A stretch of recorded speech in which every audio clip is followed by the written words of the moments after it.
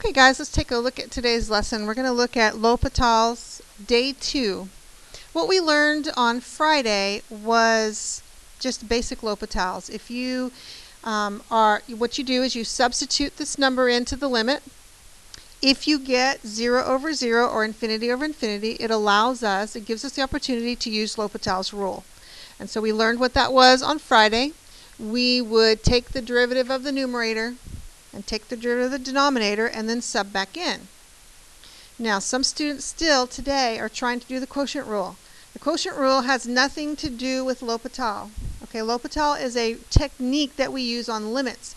It's not really finding the derivative of the fraction. That's not what we're doing. We're using a technique in order to help us to solve the limit. So please be sure that when you're doing L'Hopital, you're actually doing L'Hopital and you're not trying to find the derivative of a fraction. So what that rule says is we take the derivative of the numerator and the derivative of the denominator, and then we sub the number in and try again. And hopefully we'll be able to get an actual answer instead of 0 over 0 or infinity over infinity. If we do get 0 over 0 or infinity over infinity, we can do L'Hopital again. And we saw where sometimes, we might have to do it a few times. Sometimes it doesn't matter how many times we could do it, it won't help us. Sometimes we have to revert to algebra. So just so that we remember, that was the basics of day 1. Day 2, we're going into different types of indeterminate forms. And so we have talked about 0 over 0 and infinity over infinity being an indeterminate form, and they are, but they're not the only ones. Really, for us, in this application, they're going to fall into two different categories, because which category they're in is going to determine the technique that we use to solve the limit. So the first category, if you look up here, if we are multiplying something, 0 times infinity, or adding or subtracting infinities, that's a problem. And I've been asked the question, why isn't infinity minus infinity 0? Because infinity is not a number, it's a concept. You can't subtract concepts. Infinity could be anything. Just like 0 over 0, why isn't that 0? Well, because it's indeterminate. We don't know what it is. That's why they're called indeterminate forms. We don't know what it is. It certainly could be something, 2 or -5. We have to do different mathematical techniques to find out what it is. So here, these are the indeterminate forms where we're multiplying or subtracting or adding. We are going to do this technique that I'm getting ready to show you. This technique involves rewriting. So whenever I get that, I write on my paper, rewrite, because we have 3 different techniques now. We learned one on Friday where we just go straight into L'Hopital. This is the second technique where we get one of these indeterminate forms. When we get one of that type, we rewrite. Okay, so let's look at some of the examples of that. All right, so the first one, we would sub the pi over 4 in, and hopefully we remember our unit circle. We know that tangent of pi over 4 is 1. So that gives me a 0. Secant of 2 times pi over 4 is secant of pi over 2.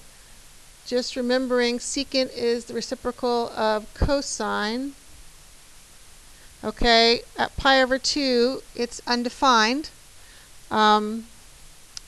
So we'd go negative, depending on which side we're approaching from. It'd be one of the infinities, negative infinity. I'll just put negative infinity or positive infinity. So I have 0 times negative or positive infinity. It doesn't matter which sign the infinity is. Okay, don't get hooked up on the sign.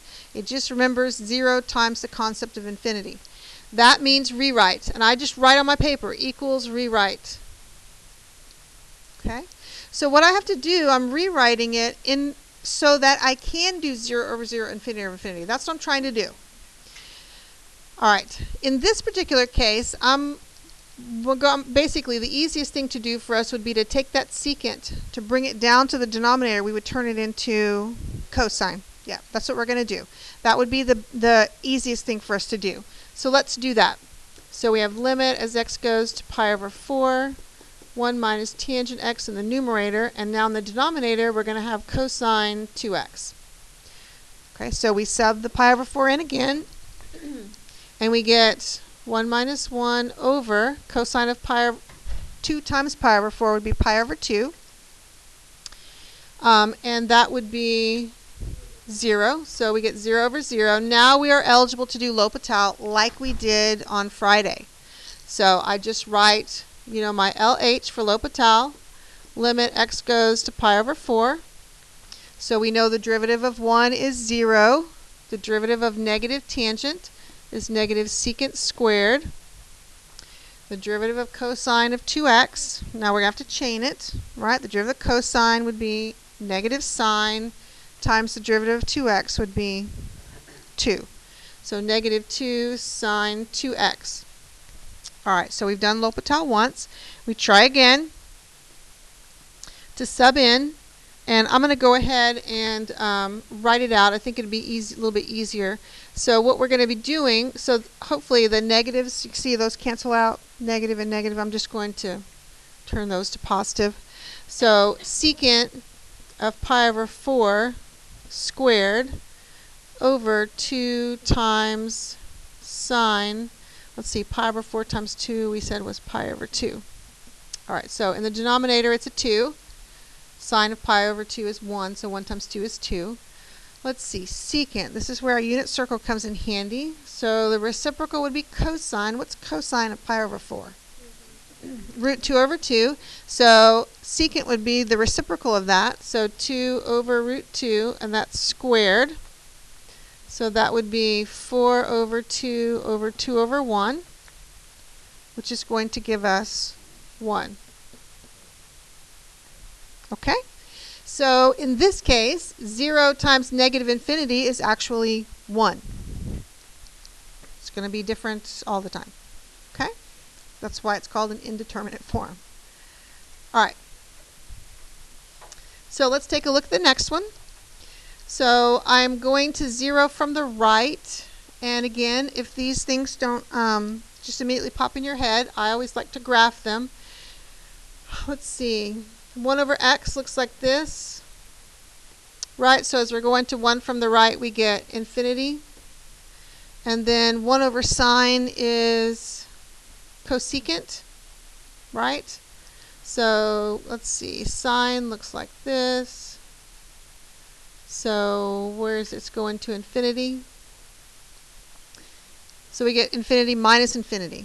Or even if it was infinity plus infinity, it doesn't matter. One of those two. That means rewrite. That means rewrite. Okay, so looking at that, it's probably several ways to rewrite, and you need to kind of pay attention, because if you rewrite it one way and it doesn't help, you need to go back and try a different way. It's okay. All right, it's okay if the way that you pick doesn't work, because that happened on the daily work today. A few students, actually probably more than half the class, rewrote number 1 one way that didn't help. Keep that in mind. If it doesn't work, that's okay. Go back and figure out a different way to rewrite it. In this case, the first thing that occurs to me is just getting a common denominator and adding them together. That's what I did. You certainly could play with trig and, move it to cosecant and do other stuff like that. I just didn't. So I just found a common denominator. Now I'm not going to go through the steps of how I found the common denominator, where we should be okay, right? We should be able to find a common denominator. We would get sine x minus x over x sine x. Okay. Now I plug the 0 in. Sine of 0 is 0. So 0 minus 0 over 0 times 0. So basically I get 0 over 0. Now what does that make us eligible to do? L'Hopital. Now we can do L'Hopital.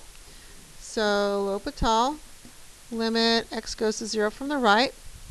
So the derivative of sine is cosine. The derivative of x is 1. Now in the denominator, it is a product rule. Okay, when we take the derivative, we are only taking the derivative of the denominator, but the denominator has a product. We're going to have to use the product rule. Okay. So we use the product rule, and again, I'm hoping by now you know the product rule, and I'm just going to do the product rule without going through it. When you do the product rule, you should get sine x plus x cosine x. Okay. So we sub in, cosine of 0 is 1, Sine of 0. Okay, we're at 0 over 0 again. So let's try L'Hopital one more time before we bail and try to do algebra stuff. Let's see if it'll come through. All right, let's do L'Hopital one more time. Limit x goes to 0. The derivative of cosine is negative sine. The derivative of 1 is 0. The derivative of sine is cosine. And then I have another product rule, which will be cosine x plus x times negative sine x. Okay, let's see if we have done any good. Plug a 0 in, sine of 0 is 0. In the denominator we get 1 plus 0. So 0 over 2 is really 0, right? It's not an indeterminate form, it's actually 0. So our answer in this case infinity minus infinity happens to be 0. But it won't always be. Okay, so that is how we do the type where we would rewrite them. We comfortable with that? Okay. This last type, indeterminate forms in this type, like 0 to 0, infinity to 0, 1 to infinity, this one usually really disturbs students. Why? 1 times 1 times 1 times 1 is not 1. It's not, and we could have fun like doing proofs of that, but we really don't have time to. So if you are really interested in why 1 to infinity is not 1, I would encourage you to Google it. You probably find a beautiful proof out there of why that's not the case. We're just going to, in here, accept it that it's not the case. It is an indeterminate form, and it could be anything. All right, so let's look at this. I'm going to do this this last way, the third way, but you really should know the answer to this already. It's one of the limit patterns that we learned or memorized in Unit 1. It's actually on your yellow sheet. I mean, it is. So it should be something that we should know. Now, I will tell you, I'm not going to give you one like this on the test that you already know the answer to. I'm going to give you one that you can't do this to, because I want to make sure you can do this technique. Okay, sorry, that's my job. I want to see if you know how to do this. All right, so here we go, just so that you know. So we sub in a 0. Our answer is going to be e to the first, by the pattern that we should know. If we sub in a 0 right here, I basically get 0 to infinity. Okay? Think of the graph of 1 over x right here. The graph of, 1 to infinity. Yeah, if I put the 0, I get 1 to infinity. And that is this little guy right here, one of our favorites. So there is a certain procedure that you do when that happens. And I don't have steps written out for you, but I'm going to tell you the steps. And if you like having steps, you should write these down. When this happens, the first thing that you're going to do is introduce a dependent variable y. In other words, in normal words, you're going to say y equals that thing. So just to give us room so you can see in the back, I'm going to erase this stuff right here so I can write up taller. So, all right, so this gave us 1 to infinity. So the first step is to introduce a dependent variable y. We say y equals limit x goes to 0 of 1 plus x over 1 over x. Okay. Oh, and just, so that you know, in case you forget the rules, you certainly can do this technique. It will work on any of that. Okay? So, step 1, we introduce a dependent variable. So, in this type, step 1, we say y equals. Check. Step 2, we take the natural log of both sides. That's step 2. So, I take the natural log of both sides. When I take the natural log of this side, I'm going to use a log rule to pull the 1 over x down. Okay? That's one of the reasons that we would do this. So 1 over x ln 1 plus x. Okay? So step 1 would be to set it y equals. Step 2 is take the natural log of both sides. Step 3 usually involves rewriting. Usually. usually you're going to have to rewrite. And we are, because this would be infinity times what? Infinity times 0. Right? Natural log of 1 is 0. So this, if I just subbed in, it's going to be infinity times 0, which falls up here, or in a rewrite. Right? It's a rewrite. So, now, this ln y, this little guy over here is just kind of minding his own business. We don't mess with him till the very end. Don't forget about him. He's just going to keep coming down there. We don't put him in a limit. We don't do anything to him. We just reserve him until the end. So, let's work with this limit. And let's rewrite it. I'm going to go ahead and just make this a fraction. So, limit x goes to 0. I'm going to do ln of 1 plus x over x. And when I do that, I get 0 over 0. Okay, so that equals is still there. So since I get 0 over 0, I'm eligible to do L'Hopital. So L'Hopital, limit x goes to 0. So the derivative of natural log of the argument is 1 over the argument times the derivative of the argument. Right? 1 over 1 plus x, and the derivative of 1 plus x is 1. Over the derivative of x is 1. Now we sub back in, put your 0 back in, and I get 1. Now, the answer is not 1. ln y is 1. What we did with this technique is we kind of played a little, we did a little algebra technique to where we could get past this guy right here. We couldn't really get past it. But now we're past it. We have ln y is 1. We said that y is the answer to this problem, didn't we? We said y is the answer to the problem. So in order to get the answer to the problem, I have to solve for y, which takes you back to Algebra 2 or Pre-Cal, remembering how to go from a logarithm to an exponential. Right? So we did e, remember that? The base to the answer equals the argument. Remember that technique? Some people do it with like the little loop-de-loop thing, right?